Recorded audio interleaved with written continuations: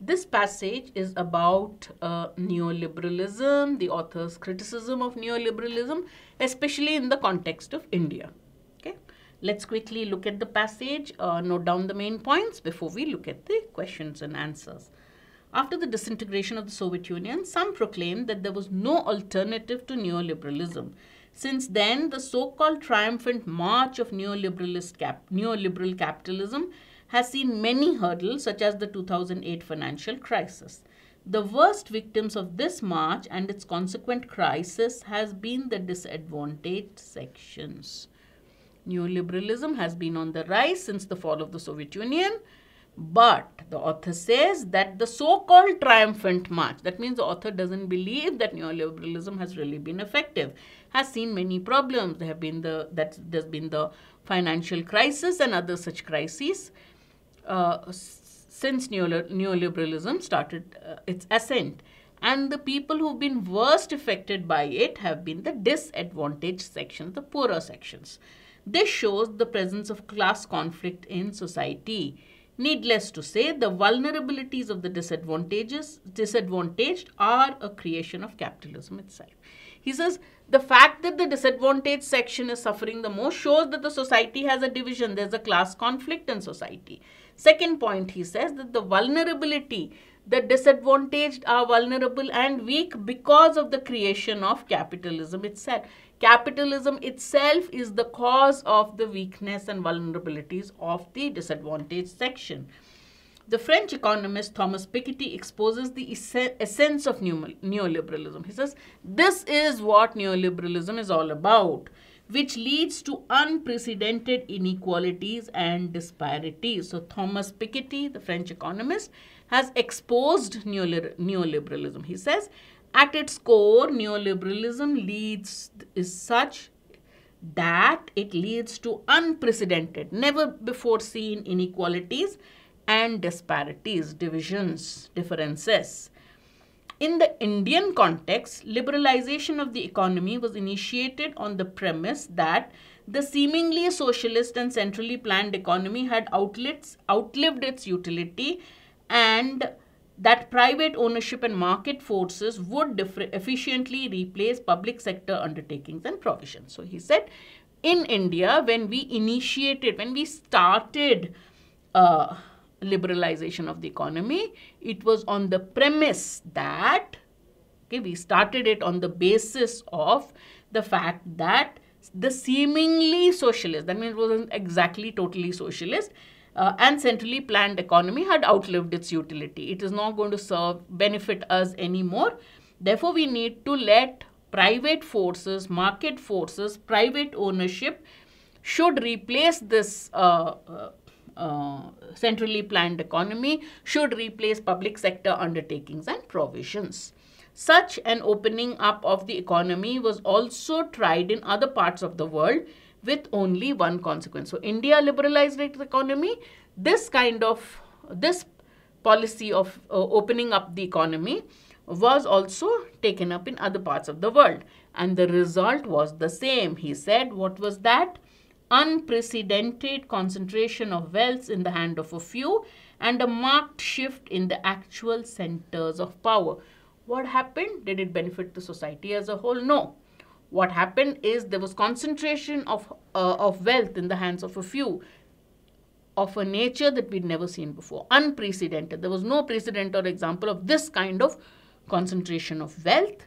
Also, the balance of power, the center of power shifted. All right, the people who are powerful were different now in this new liberalized economies than the earlier power centers. Crony capitalism was soon making its fast inroads into the policy-making coteries of India. What happened?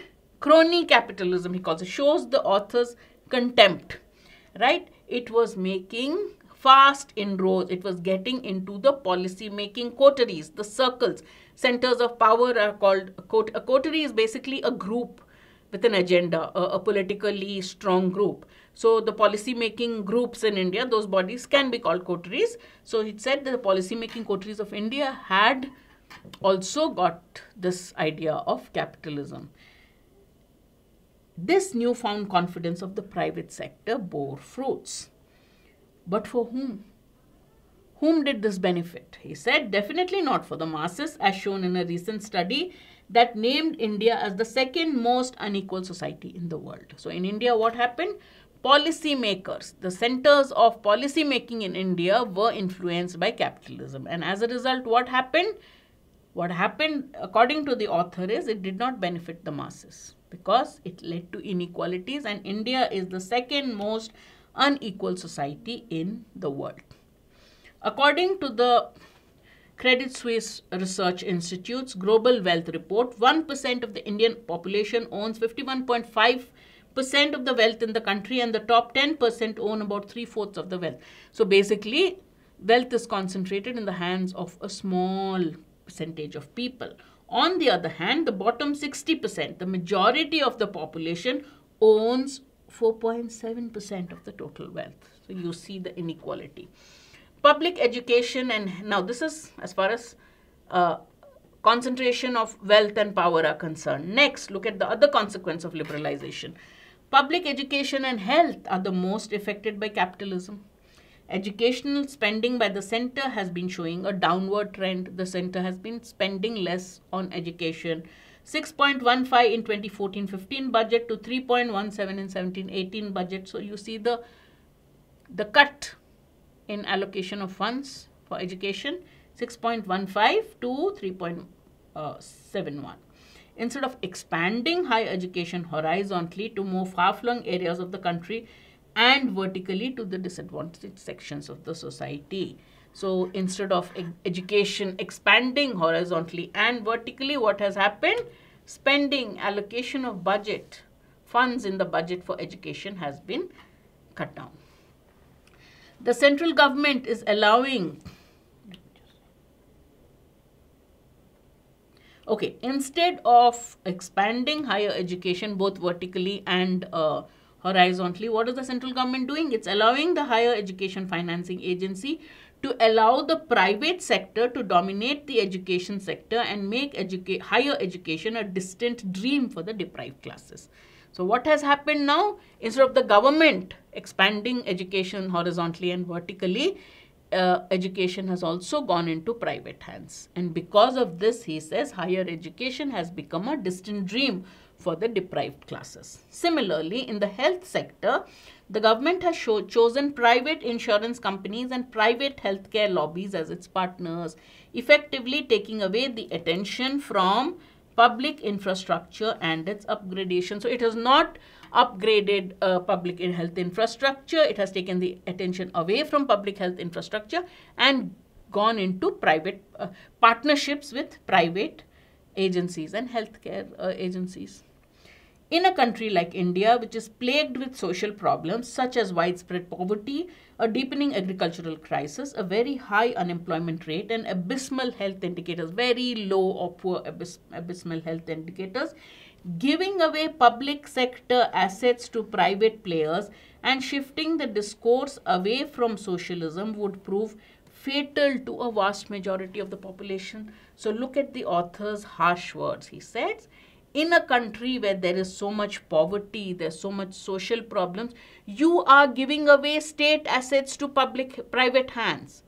And when you do that, the consequences are going to be very grave. For whom? A vast majority of the population, which is economically disadvantaged. India is doing badly on many parameters. We are not doing great on many fronts, on many factors. Nutrition, peace, human development, press freedom. While a section of the media is celebrating improvement in the ease of doing business index. He says we are lagging in so many areas, and here the press is celebrating the ease of doing business index in India. In other words, and this is the author's conclusion, ensuring that people live a decent life is subordinate or inferior to ensuring that business becomes easy for crony capitalists. Again, he has used the word crony capitalists. Okay, before we move on to the questions, the key word here is crony capitalism. What is crony? Capitalism is a system of free enterprise. You work hard, you put in money, you get profits, that's yours. Crony capitalism is where you don't actually get benefits because of your hard work and make profits of your own hard work. Crony capitalism is where it's a kind of fake, phony capitalism where you get benefits by your political influence. Which of the following statements made by the author is the strongest statement against neoliberalism? So what do you think is the author's biggest criticism against neoliberalism? Now anticipate the answer. The correct answer will give the greatest point of criticism against neoliberalism. The wrong answers will mention some point maybe against neoliberalism or mention some point which is irrelevant, right? So let's see what's the answers. India is doing badly on many parameters: nutrition, peace, human development, and press freedom. Giving away public sector assets to private players and shifting the discourse away from realizing socialism could prove fatal for a vast majority of the population. Public education and health are the worst hit by capitalism. Such an opening up of the economy was also tried in other parts of the world with only one consequence: unprecedented concentration of wealth in the hands of a few. Which one? All of them are against neoliberalism. One is India is doing badly on many parameters. Here we know that the context is that neoliberalist India. But here the quote was mentioned in the context of the press is not looking at those parameters where India is not doing well. It is rather celebrating the fact that ease of doing business index is greater. So A is not so much a criticism of neoliberalism as a criticism of the press. And here the sentence doesn't even indicate that. So cannot be really seen as a strong statement against neoliberalism. Giving away public sector assets to private players and shifting the discourse away. This is what neoliberalism is doing. It is giving away public sector assets to private companies. And he says it could prove fatal for a vast majority of the population. It is going to affect a huge chunk of the Indian population adversely. A big consequence, a big criticism of neoliberalism. So B seems like the perfect answer. Public education and health are the worst hit by capitalism. Yes, a point against neoliberalism, which is ushered in the capitalism that he's talking about, or what he calls crony capitalism, but is not as strong a criticism as B. Such an opening was also tried and they also had the same result. So the one which is the hardest hitting statement of criticism is B.